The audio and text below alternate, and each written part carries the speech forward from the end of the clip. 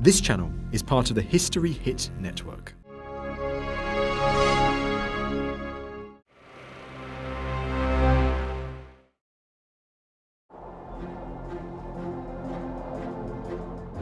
He was the man who would define the start of the 19th century.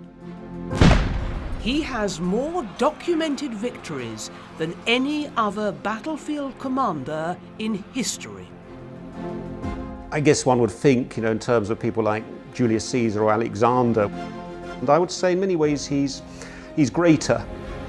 He's one of the most influential military leaders of all time. Napoleon was exceptional in that he was genuinely loved by his men. From a relatively humble background, he rose to become master of Europe. For somebody like that to become emperor, ruler of the largest empire that Europe had seen, really, since the Middle Ages, is just amazing. This is the rise of Napoleon.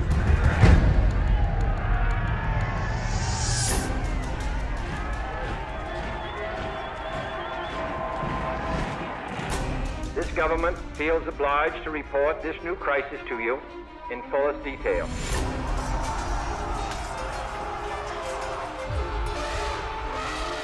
Whether Russia has been provoked.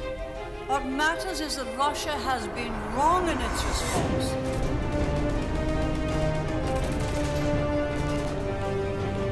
With this faith, we will be able to transform the jangling discords of our nation. Terror beseitigt sein, bewahren wir das Land.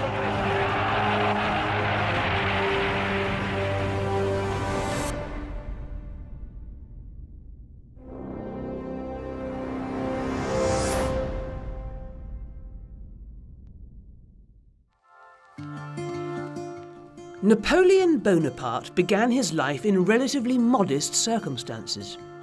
He was born on the 15th of August 1769 on the island of Corsica.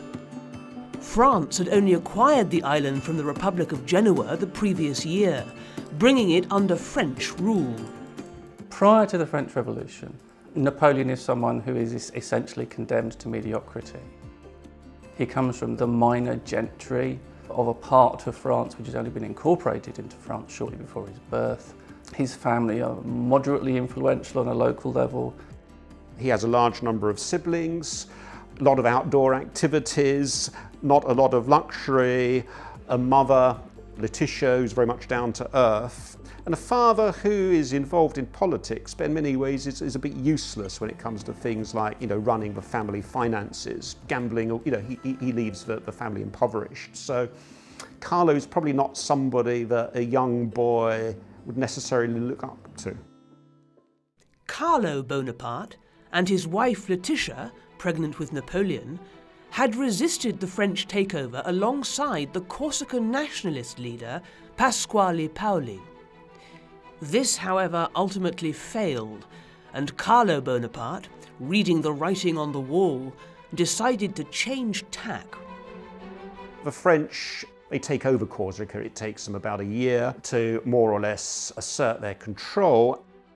And Carlo Bonaparte, and by extension the Bonaparte family, they switch from being sort of pro-Paoli freedom fighters for Corsican independence to being collaborators. And I think that's something which troubles Napoleon as he grows up. But the French monarchy is very keen to integrate Corsica. So a great way of integrating any new territory is to get prominent families to send their sons either into the civil service or, in Napoleon's case, into the army. He manages to become a military officer, but an artillery officer, which is not a particularly socially distinguished thing to be, because to be an artillery officer you have to know things, and knowing things is very lower class as far as the aristocracy are concerned.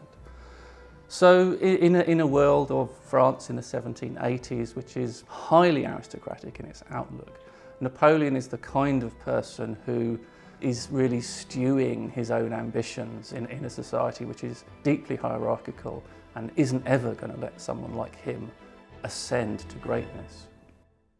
Napoleon not satisfied with his position in the army, decided that instead he would return to Corsica.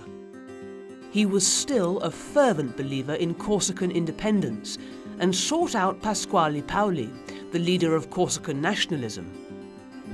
Napoleon goes back to Corsica, but he's not welcomed by Paoli. He hero worships Paoli, but Paoli, I guess, possibly that sort of Corsican clan mentality says, you're a Bonaparte, you're a collaborator, I don't really trust you. So he gets really cold shoulder. And I think that's quite devastating for what, he's a teenager at this point, to be kind of like just rejected there by his hero. If you're enjoying this documentary and you want to see more, you can check out the rest of the Rise Of series on History Hit, including the brand new episode, Rise of Cleopatra. Here's a sneak preview. It's a great story of a great individual, undoubtedly. It's also absolutely pivotal in the history of Egypt and in the history of the ancient world. From Caesar to Shakespeare to modern cinema, her story has remained as popular as ever. Her name despised, idolized, and mythologized. Cleopatra. Start your free trial today by clicking on the link in the description. And there's a special introductory offer for Timeline viewers if you use the code TIMELINE at checkout.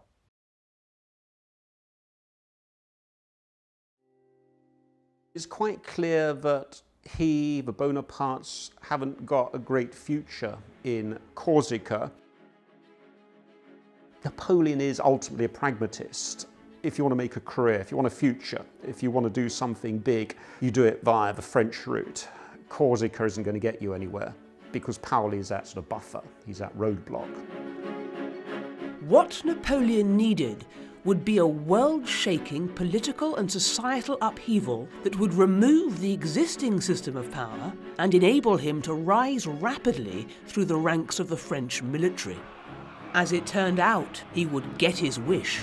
The people of France were rising up, disillusioned with their out-of-touch monarchy. France was going to revolution. So the revolution of 1789 has some really deep roots. It's rooted in the dysfunction of the French monarchy, its inability to fund its ambitions to be a world power while having a very hierarchical internal social structure where being rich and powerful essentially means that you don't have to pay very much tax.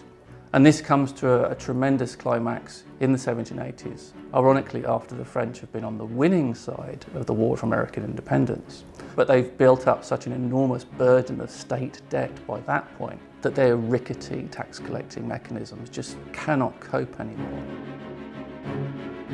The only way of reforming the tax system is to reform the entire structure, the political and social structure of France. And it's, I suppose an analogy I would use is it's like if you're picking at a woolen sweater. If you start pulling at that thread, the whole thing unravels. So the French Revolution starts out with tremendous optimism. It starts out with the belief that huge changes can be effected in society. But it also starts out with fear and paranoia and conspiracies. The reason why the Parisians stormed the Bastille on the 14th of July is that 3 days earlier, the king's brothers and other high-ranking aristocrats had sacked the reformist government and were trying to do away with the changes that had already been pushed through. And after July of 1789, the National Assembly that's been gathered together spends 2 years trying to put together a monarchical constitution, to have Louis XVI on the throne, to have political participation, to have rights, to have everyone paying their taxes and everything be good and great. But it continually runs into deeper and deeper problems and crises. That Enlightenment rationalism that told people they could make reform, it also tells them they can reform the Catholic Church, for example. But trying to reform the Catholic Church runs into the opinion of the upper echelons of society. And this is one of the profound chasms that opens up within French society. So by 1791, 1792, you have a state really of latent civil war. All these tensions that have been brought out through the previous 3 years are still brewing. At the centre of this civil war were the Jacobins, led by Maximilien Robespierre. Well, the Jacobins are Republicans, and they are Republicans of a sort of radical bent. These are people who wanted the execution of Louis XVI, and they are looking really for a very profound political transformation of France. They don't just want a sort of change at the top, but keeping the existing system pretty much as is. They're very happy to use kind of violence and terror to push the revolution forward.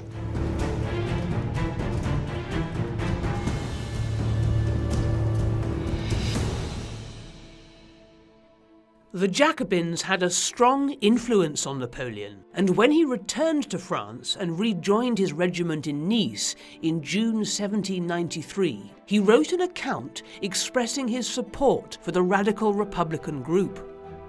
Not long after, perhaps as a result of this pro-Jacobin writing, Napoleon was given his first big opportunity. He was called upon to lead the French artillery as the Republican forces laid siege to the strategic port city of Toulon. It's a natural harbour. To this day it remains the main port of the French Mediterranean fleet. It is so in 1793. So strategically immensely important for France. About a third of its fleet is stationed there in this period. The trouble is, from a French revolutionary perspective, is it's full of royalists. It's full of people that don't like where France is heading politically. So they surrender the city to an allied force, not just a British force, but Spanish and Savoyards as well, who occupy that major strategic point, which then the French revolutionary forces, of which the young Napoleon Bonaparte is part, they then besiege. And this is where Bonaparte really steps onto the stage. As an artillery officer, he comes up with a plan to take one of the forts surrounding Toulon, which has been resisting capture. But if they can take the fort, they'll then be able to dominate the city and the port with their artillery, and their enemy position will become untenable. So he puts this forward particularly to a civilian politician called Barras, who himself is a nobleman by descent, but is one of these radical Jacobin representatives. And Napoleon is allowed to put this plan into action, and it succeeds. Napoleon's contribution during the siege of Toulon earned the 24-year-old artillery officer a promotion to the rank of brigadier general. However, all was not so simple. The tide in France was turning, and the people were rising up again. This time against the Jacobins, whose reign of terror was coming to an end. The newly promoted General Bonaparte, whose connections to the Jacobins had helped him reach this position, now found himself on rocky ground. The Jacobins, of course, didn't last. They'd tried to promote the idea of the Republic, and in doing so, put to death about 40,000 of their enemies. And people naturally became extremely suspicious that they were going to be the next. Being a sort of professional soldier is a bit dangerous in the French army in this period, because regimes come and go in Paris with an ever-growing kind of rapidity. So if you tie yourself to a particular regime, that regime at some point is more than likely going to collapse, and your career, possibly your life, might collapse along with it. And Napoleon is associated with the Jacobins. He's published a pamphlet which gets him some note from Maximilien Robespierre's brother. And so when the Committee of Public Safety under Maximilien Robespierre is overthrown in the coup of Thermidor, Napoleon is almost dragged down with that regime. He's not dragged to his death, but it does put his career on hold, and his meteoric rise is stopped for a period. The Thermidorian reaction, as it became known, introduced a new regime that hoped to bring together the now fractured left and right-wing politicians. But achieving this was easier said than done. After the fall of Robespierre in July of 1794, the survivors of the terror spend the next year really deciding how to put France back together again, dealing with impulses towards revenge from both the left and the right. So these Thermidorians drift back towards a political centre which is therefore always more right-wing than some of the other surviving Jacobins would like, but clearly much more left-wing than a lot of surviving royalists would like. And royalism itself comes to express a whole spectrum of opinions, from absolute counter-revolutionaries who would hang everyone, through to people who start thinking, well, maybe a constitutional monarchy wasn't such a bad idea since we've mucked up having a republic. But all this is kind of stewing in the mix through into 1795, when these Thermidorians decide to have a new constitution. It provokes what is always referred to as a royalist uprising from the western districts of Paris. For Napoleon, this uprising offered him a shot at redemption in the eyes of the French government. Barras, who is the chief politician in Paris at the time, picks on Napoleon to have a role in combating the royalist plot, not necessarily because he thought Napoleon was a great guy, but because of the memory of Toulon and what Napoleon had been able to do there. And Napoleon Bonaparte, who is a junior general at this point, with help manages to again get some artillery. Somebody who's going to be very important in Napoleon's later career as it develops, Murat. He's this cavalry commander, the 12th Chasseurs Cheval. He's ordered by Napoleon Bonaparte to seize some nearby artillery. And that artillery is then deployed very ruthlessly using grape shot, which are essentially sort of basketballs and bits of metal fragment. And these are fired from the artillery into a mass of royalist insurgents and, coup attempt over. And you've got a very grateful French Republican government, which, if you like, owes Napoleon one. With a whiff of grape shot, Napoleon became a household name, winning him favour with the Directory, the new power in France, who reinstated the 26-year-old as Brigadier General and gave him his first real command, the Army of Italy. But before he embarked on his first campaign, Napoleon met Josephine de Beauharnais, marrying her in a ceremony on the 9th of March 1796. Josephine was a widow whose husband had been executed during the Reign of Terror. Josephine is older than Napoleon. She's very much a kind of part of the inset in this regime which is known as the Directory. It's a regime which has become associated with corruption, both financial and moral. And Josephine is elegant, charming, and Napoleon is, by all accounts, smitten by her. I suppose what is significant is that she is connected to the high echelons of the French regime, notably somebody called Barras, who's within the directorial government. And you need that sort of connection really for your career to progress. And this is just, of course, on the eve of possibly the most important breakthrough in Napoleon's career, which is his appointment as commanding general of the Army of Italy. So the Army of Italy is relatively small, 30,000 men, poorly supplied, neglected, really, compared to some of the other fronts on which there's been more fighting over the last year or two. Armies in the north have been winning some great victories in 1795. So Napoleon goes to this army and presents himself, in a sense, as their saviour, that he is the man who is going to lead them on to greater things. He famously says to them that you're here and you've got nothing, you've got no boots, you've got no money, you've got no food. There is Italy. It's full of wealth, and we're going to go and get it, and it'll be glory for you, glory for us, glory for me. And that's very much the spirit that he takes into the campaign. There is a kind of freebooting, almost piratical mixture of motives, but at the same time it's also about France and glory and representing a wider ideal. His enemy was the Austrian Empire, whose forces vastly outnumbered his own. Not one to be intimidated by the task ahead of him, Napoleon immediately went on the offensive. He moves fast. He often moves unexpectedly as far as the enemy is concerned. So there's that vigour, which often is missing on the Austrian side. You follow through.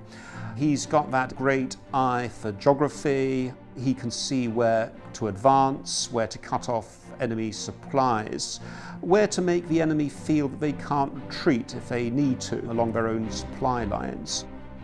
Napoleonic warfare, which really starts in this period, is characterized by rapid movement. And in Italy, through 1796 into 97, he consistently outmaneuvers the Austrian enemy, pushes them out of a whole range of different territories. And the Austrians, by the autumn of 1797, sort of throw in the towel. It's made easy for them in that Napoleon Bonaparte, again, acts pragmatically and does a trade with them. So the Austrians actually receive Venice in return for territories which they're forced to give up, in effect, to France. And I think what is significant there from the point of view of Napoleon's career is that he's starting to act as a statesman as well as a soldier. He is making high-level geopolitical decisions without much reference to the government in Paris, it might be said. They have to basically accept what he signs up to. Napoleon's a great battlefield leader. He's a great military leader in the narrow sense. What he also starts to show during the years in Italy is his very strong conviction of himself as being entitled to be a political leader as well, of being entitled to be treated almost as a monarch. And while he's there in Milan, he bases himself in what is effectively a palace and actually enlarges it and has big marquees put up in the gardens of the palace so that more people can come and pay court to him, so that it becomes the kind of place where you have to come if you want anything from the French authorities and present yourself to Bonaparte, who is sitting there in a throne room waiting to have these audiences with you. And he sets himself up like that very clearly. And then when he goes back to Paris at the end of 1797, he very carefully leaves all that behind. And he goes into Paris in an ordinary coach, dressed in civilian clothes, and presents himself very humbly to his political masters, because he's playing both sides against the middle. He likes being in charge, being the unquestioned leader and ruler, but he knows that if he's not careful, he'll just get chucked in prison. So he is playing a game of power very clearly from these days in Italy onwards. Napoleon returned to Paris a hero. The 28-year-old had defeated the Austrian Empire, all while more experienced French generals had made little ground in the northern battlefields of Germany. Now it was time to turn his attention to France's greatest enemy, the British. But rather than confronting this northern foe with a direct attack, he looked to the east. The idea of looking eastward, looking to the Levant for some kind of strategic advantage is not unusual. It's been part of French long-term strategic thinking. What they're looking at by 1798, it's an interesting amalgam of ideas. One is that the confrontation with Britain to the northwest has really ground to a stalemate, and they're looking around for another way to kind of break out of that sort of simple army versus navy dichotomy they've got there. The Mediterranean, of course, is much more difficult, at least theoretically, for the British Navy to operate in. Napoleon persuades the politicians in Paris, who are easily persuaded because, after all, Napoleon by now is rather popular. He's extremely good at publicity and organising publicity and organising networks of influence. And he is spoken of as someone who ought to have more of a political role in Paris, which the politicians, of course, the Directory, don't want to know.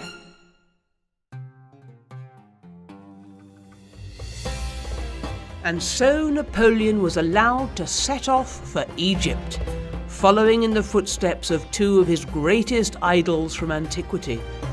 For Napoleon, he's going to be operating in this sort of exotic place where Julius Caesar and Alexander the Great have been conquerors. You can see how it's going to trigger the imagination of Napoleon.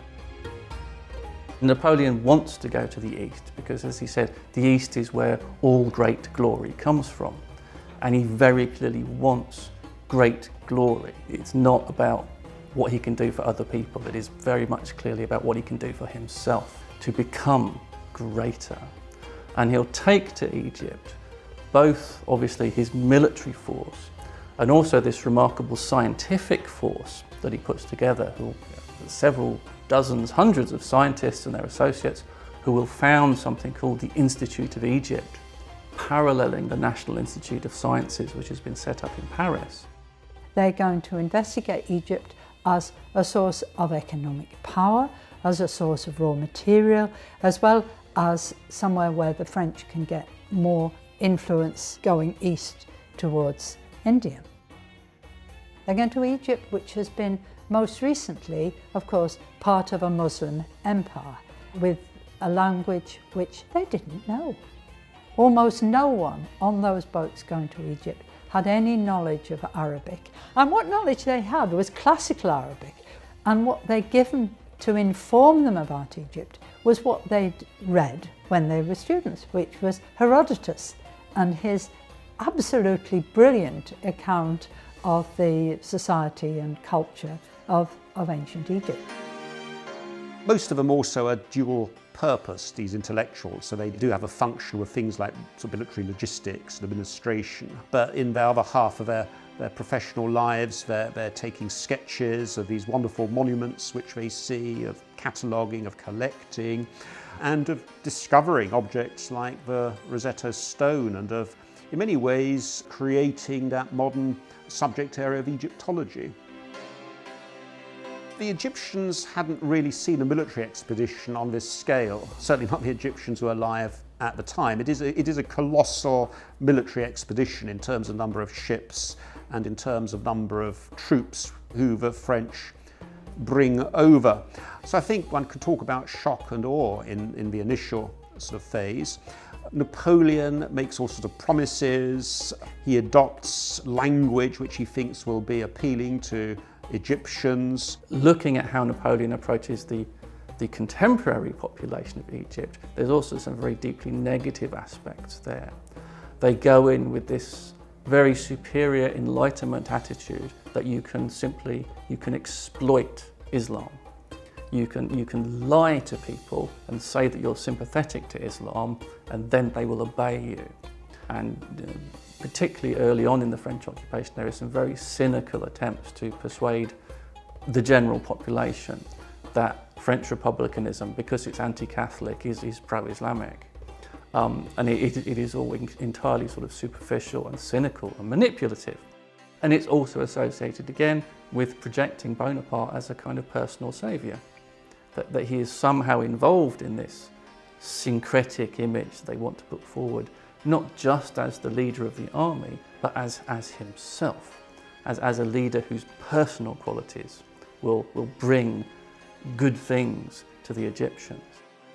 But of course, in practice, as many people will find when they get occupied by a Napoleonic army, it is a question of looting and requisition and theft and physical abuse, and in the end, a thoroughly unpleasant occupation experience for the Egyptians. But things quickly turned sour for Napoleon.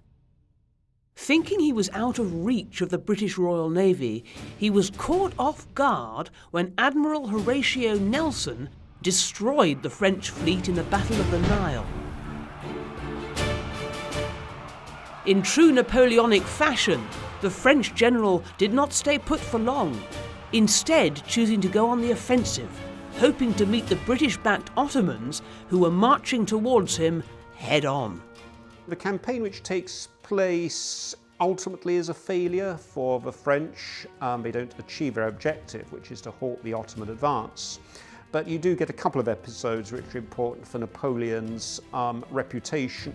And one is the massacre of Ottoman prisoners, which is a dark episode even by the low standards of a period. It's controversial. And the other is where he is seen to heal and to sort of touch the plague victims. Plague is still rife in that part of the world in the late 18th century.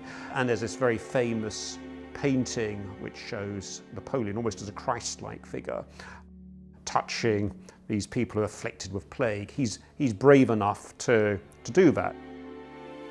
It's that sort of care which he shows for the ordinary French soldier, at least that reputation which he acquires, which makes him so popular amongst the ordinary French soldiers. The Egyptian campaign was a failed campaign, militarily. But Napoleon managed to get himself and his close associates back to Paris quickly enough before the politicians in Paris realised it had been a failure. What Napoleon does is abandon his army in Egypt. And that, again, is one of those turning points in his life that we have to acknowledge. He had no orders to return to France. His army had partly successfully, partly unsuccessfully expanded the area under control, but it was becoming clear to him that a stalemate was going to ensue. And he'd started to hear rumours that things were going on in France that might open up other possibilities for him. So in the middle of 1799, he is ironically welcomed back into France. All that they have heard is his propaganda about how wonderfully things were going in Egypt. Rather than facing a firing squad, Napoleon received a hero's welcome upon his return to France, at a time when the country's political situation looked dire.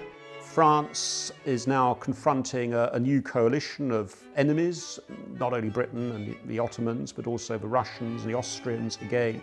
So from a geopolitical standpoint, it's not rosy, and domestically the Directory is imploding. It's been sort of swinging from left to right, it's unstable. There's a group of politicians in France who say this has got to stop. We need to have a regime change, but we need to have a general. We need to have some military muscle to effect what is going to be a coup d'etat. But these coup plotters, which come to be centred around the Abbé Sieyès, who is a sort of wonderfully genteel intellectual to find at the heart of a coup plot, who's been there since 1789 with, good but slightly overcomplicated ideas about how to run a country. He's still there in 1799, trying to find people who'll join him in actually overthrowing the Directory and imposing a more authoritarian solution. And this is the situation that Bonaparte steps into after they've considered various other military leaders. But once Bonaparte gets his feet under their table, he very clearly makes himself the leader of what is going to happen. It doesn't quite go as planned, because Napoleon is not a great public speaker, and he might be good at haranguing his troops, but he's not very good at sort of functioning in a sort of parliamentary setting. So in effect he gets denounced as an outlaw, and the coup almost goes awry but for the intervention of his brother Lucien Bonaparte and of his troops who protect him from what he claims is an assassination attempt, but is more a bit of spitting and jostling, and no worse than that. And in the end, the whole thing is decided rather brutally by armed troops pushing these legislators out of the assembly where they've gathered and telling them it's all over now. There's no way back. And having physically, as it were, dissolved the legislature, the coup plotters are now in a position to think about what to put in its place. Napoleon, now 30 years old, managed to seize power and declare himself first consul. Supported by two other consuls, he now found himself at the head of the French state, a position that was soon confirmed by something completely new to France, a plebiscite. The idea of every adult male, regardless of what tax they had paid, getting a vote sounded extremely revolutionary, extremely liberating, extremely egalitarian. But of course, the question that they're asked is actually very narrow.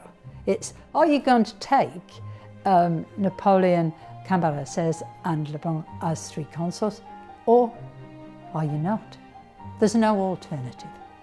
In addition, Napoleon's brother Louis, who did the counting in the plebiscites, manipulated the figures. The thing is that this regime wants near unanimity. It wants to show that it's brought all French people together, that it's above faction. And you can't really show that if you simply get 51% of the vote as opposed to 49% of the vote. So that's, I think, the reason for the cheating. Not that you want to win, but that you want to show unanimity. So the consulate presents itself very successfully as a peacemaking regime, as something that will pacify France. And there's different levels at which this is quite true. A lot of law and order has really broken down in the later 1790s. People no longer trust authority in terms of judicial procedures and so on. The army has already had to be used extensively for combating banditry and other kinds of unrest. So an openly authoritarian regime is quite widely accepted as something which will just stop the threats to property, the threats to individual security, the bloody vendettas which have been raging around the country through the 1790s. And a thoroughly well-organised military effort to suppress all that kind of problem is very successful in the years after 1799. What people wanted was security and stability and an end to civil war, and along with that, a legal and judicial system that would work.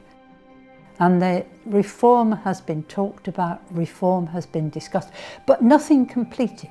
And it was under Napoleon as first consul that Napoleon promoted, first of all, a new judicial structure which was centralised on Paris, where judges were appointed directly by the Minister of Justice in Paris, and a codification of the laws, which had been endlessly debated but not completed. Napoleon will negotiate a so-called concordat with the papacy.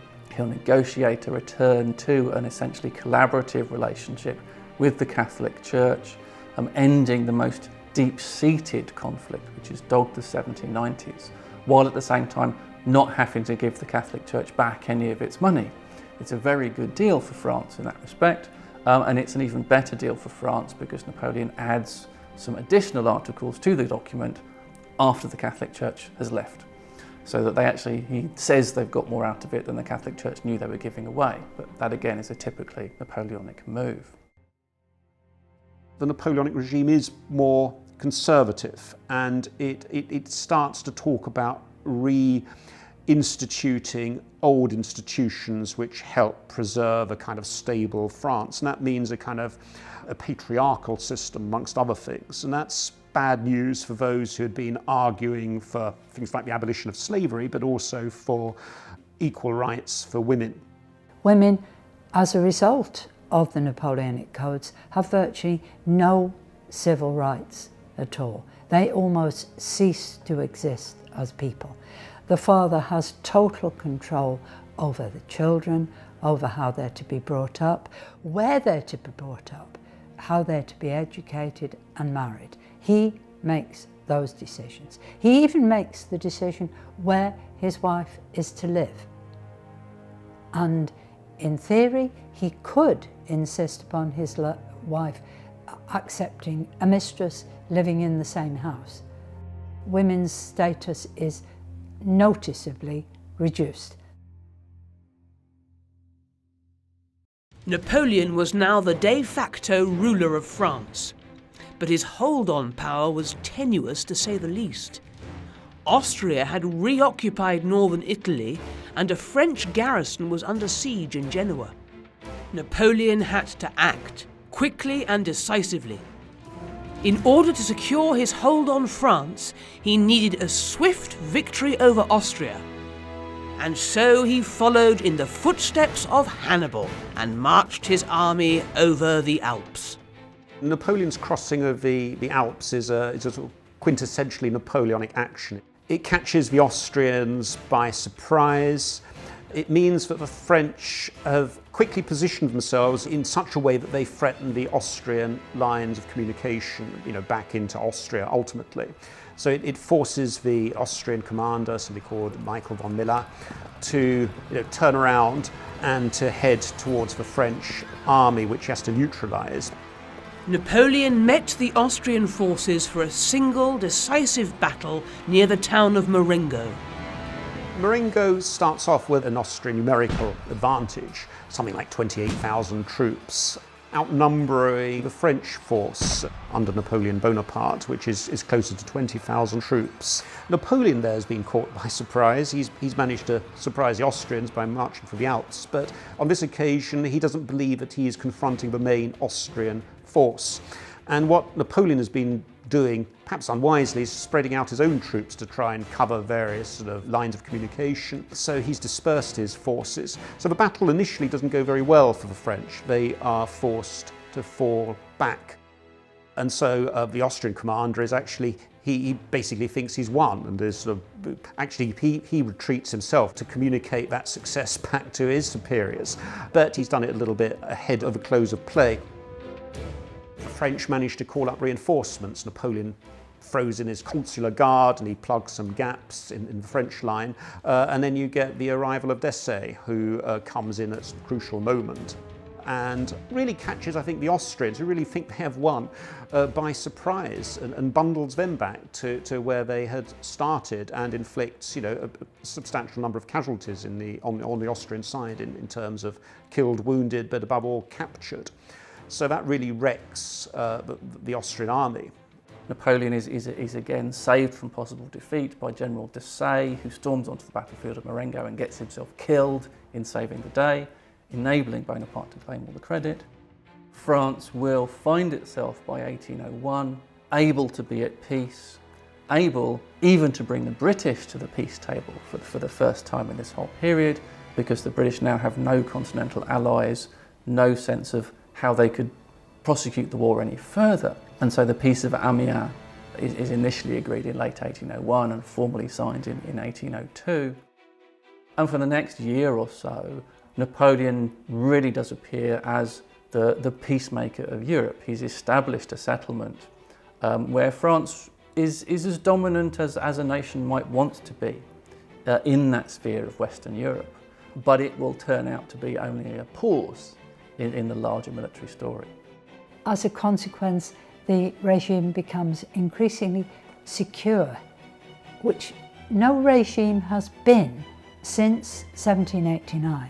It's important to realise that this is 3 years of relative stability compared with the previous years.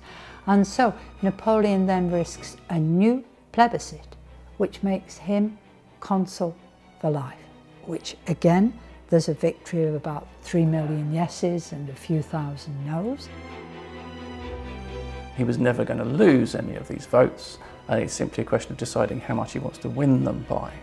And this is a pattern that carries forth from the life consulate into his nomination as emperor, which will happen a year after the war has restarted. The argument which Napoleon uses, and his supporters say that you take out Napoleon, you know, for an assassin's bullet or a bomb, and there are assassination attempts, several against Napoleon in this period. The only way of stopping that is to create a hereditary system where it doesn't really matter if you take out Napoleon, because you've got a clear line of succession. Undoubtedly, to be proclaimed emperor was going to be the top, and particularly for a nation of men educated in the classics. To have an emperor was better than to have a consul. And that is ratified by plebiscite in the spring of 1804, leading to the famous coronation at the beginning of December, where Napoleon very famously crowns himself, that he would not give up to anyone else the right to put the crown on his head. So he takes it from the hands of the Pope and puts it on his own head. And at that point, crystallised in a very deliberate propagandistic choice, you can see exactly who Napoleon Bonaparte thought he was.